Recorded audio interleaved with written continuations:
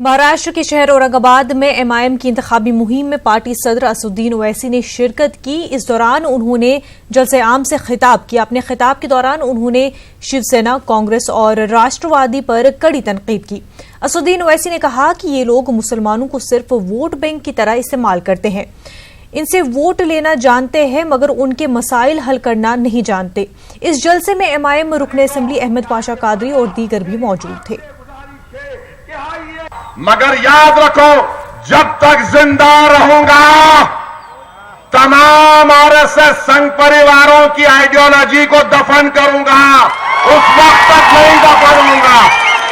और उद्धव ठाकरे, चैलेंज कर रहा हूं तुमको, तुम निकलो, तुम्हारी मातृश्री से बगैर पुलिस सिक्योरिटी के मान लूंगा तुमको। चलो,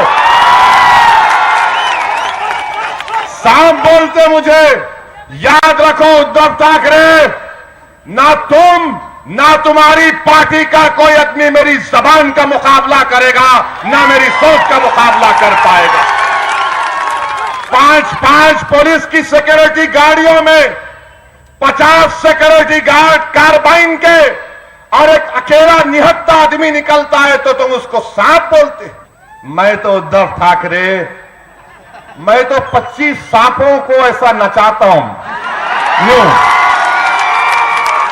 जो सांप मेरे को देखता है बोलता भागो, इन्हें हमारा जहर निकाल लेगा।